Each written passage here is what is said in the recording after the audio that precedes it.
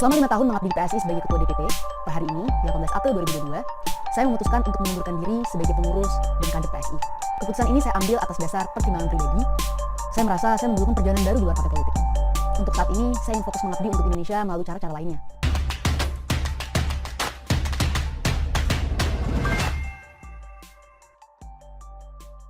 Samara Amani mundur dari PSI.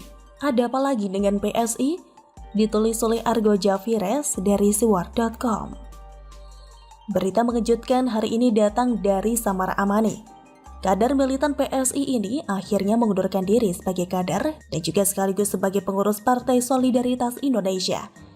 Pengumuman pengunduran diri Samara Amani dari PSI disampaikan melalui channel YouTube pribadinya hari ini 18 April 2022. Selama 5 tahun sebagai Ketua DPP, per hari ini 18 April 2022, saya memutuskan untuk mengundurkan diri sebagai pengurus dan kader PSI, ujar Samara Amani dalam pernyataannya di akun YouTube-nya. Samara menjelaskan bahwa keputusannya untuk mundur dari PSI semata-mata berdasarkan pertimbangannya secara pribadi. Samara yang dulu diisukan diceraikan suaminya lantaran bokongnya hitam itu mengaku ingin melakukan perjalanan hidupnya yang baru di luar jalur partai politik, khususnya dalam memperjuangkan isu-isu terkait perempuan. Sebagai informasi, Samara Amani dulu pernah diserang kadrun dengan hoaks keji bahwa mantan suaminya menceraikan dirinya karena tidak tahan melihat bokongnya Samara yang hitam pologan. Samara Amani memang pernah berumah tangga, namun berakhir dengan perceraian. Alasan perceraiannya dulu bukan karena bokongnya hitam pologan. Kembali ke soal pengunduran diri Samara dari PSI. Menurut Samara, keputusannya mundur dari PSI bukan untuk mengecilkan peran partai politik dalam perjuangan mengentaskan keadilan. Akan tetapi mundurnya dari PSI karena Samara mengaku saat ini ia butuh jalur lain di luar partai politik. Saya tetap percaya, sebagaimana saat dulu saya bergabung PSI, politik dan partai adalah salah satu jalan paling masuk akal membawa perubahan dalam skala besar. Hanya saja saya membutuhkan eksplorasi di luar ranah parpol, setidaknya untuk saat ini, ujar Samara. Samara Amani memang belakangan ini lebih banyak menghabiskan waktunya di Amerika Serikat sejak kuliah di New York University. Samara mengambil studi master melalui beasiswa Fulbright di bidang Public Policy dan Media Studies. Wanita berwajah Timur Tengah ini mulai dikenal rakyat luas setelah terjun ke dunia politik dan berjuang bersama PSI. Samara saat itu menjabat sebagai Ketua DPP PSI. Menjelang pemilu 2019, Samara Amani semakin keras dan vokal di kancah dunia persilatan dunia politik Indonesia melalui sepak terjang dan perannya sebagai salah satu juru bicara pasangan Jokowi dan Ma'ruf Amin di Pilpres 2019. Pengunduran diri Samara Amani dari PSI yang terkesan tiba-tiba tentunya mengundang banyak tanda tanya. Ada apa lagi dengan PSI? Apalagi diketahui bahwa Grace Natali juga mundur dari Ketua PSI dan merujuk mantan vokalis band Niji, Giring Ganesha, menjadi Ketua Umum PSI. Grace Natali kini hanya menjabat sebagai Wakil Ketua Dewan Pembina saja. Dengan keluarnya Samara Amani dari PSI, jujur saja saya juga heran. Sebab setahu saya Samara adalah kader militan PSI yang tak kenal gentar melawan kadrun.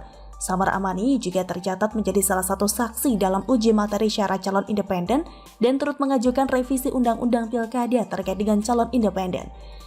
Saat Vianney Limardi dipecat dari PSI dulu, Samara juga bersuara keras menentang pernyataan-pernyataan Vianney Limardi karena dipecat dari PSI sebagai dampak dari kasus penggelembungan dana reses anggota DPRD.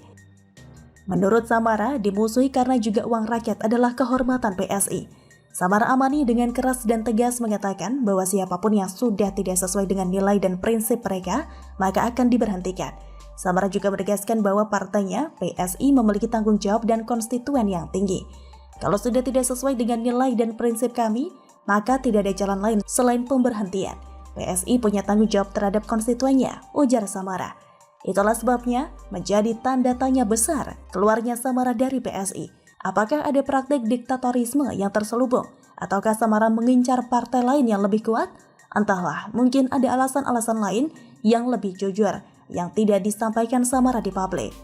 Sebab dalam dunia politik memang seorang tidak bisa benar-benar putih. Mungkin Samara merasa perlu untuk mengambil keputusan yang tepat demi mencegah dampak negatif yang jauh lebih besar. Mungkin terhadap karir hidupnya atau rumah tangganya yang baru. Tapi ini hanya asumsi saya saja. Yang lebih tahu alasan yang sebenarnya Samara keluar PSI, ya sekali lagi hanya Samara saja yang tahu. Tapi ya sayang banget juga sih sebenarnya PSI menjadi besar karena kiprah para pemberani yang cerdas dan intelektual seperti Samara Amani ini. Kura-kura begitu. Bagaimana kalau menurut Anda?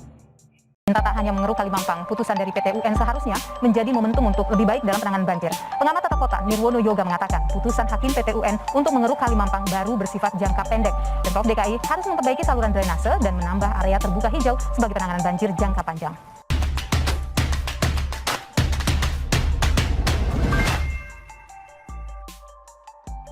Anies sudah gak fokus, Jakarta makin terbengkalai.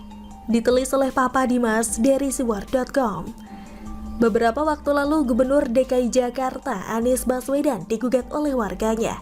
Korban banjir akibat meluapnya Kalimampang. Warga menggugat gubernur karena dinilai lalai dan gak pecus dalam menyelesaikan masalah banjir yang terus melanda Jakarta. Akhirnya gugatan itu dimenangkan warga dan menghukum Anies untuk mengeruk Kalimampang. Sejarah baru seorang gubernur di Indonesia disuruh ngeruk kali gara-gara gak becus kerja dan digugat warganya. Nasibmu nis.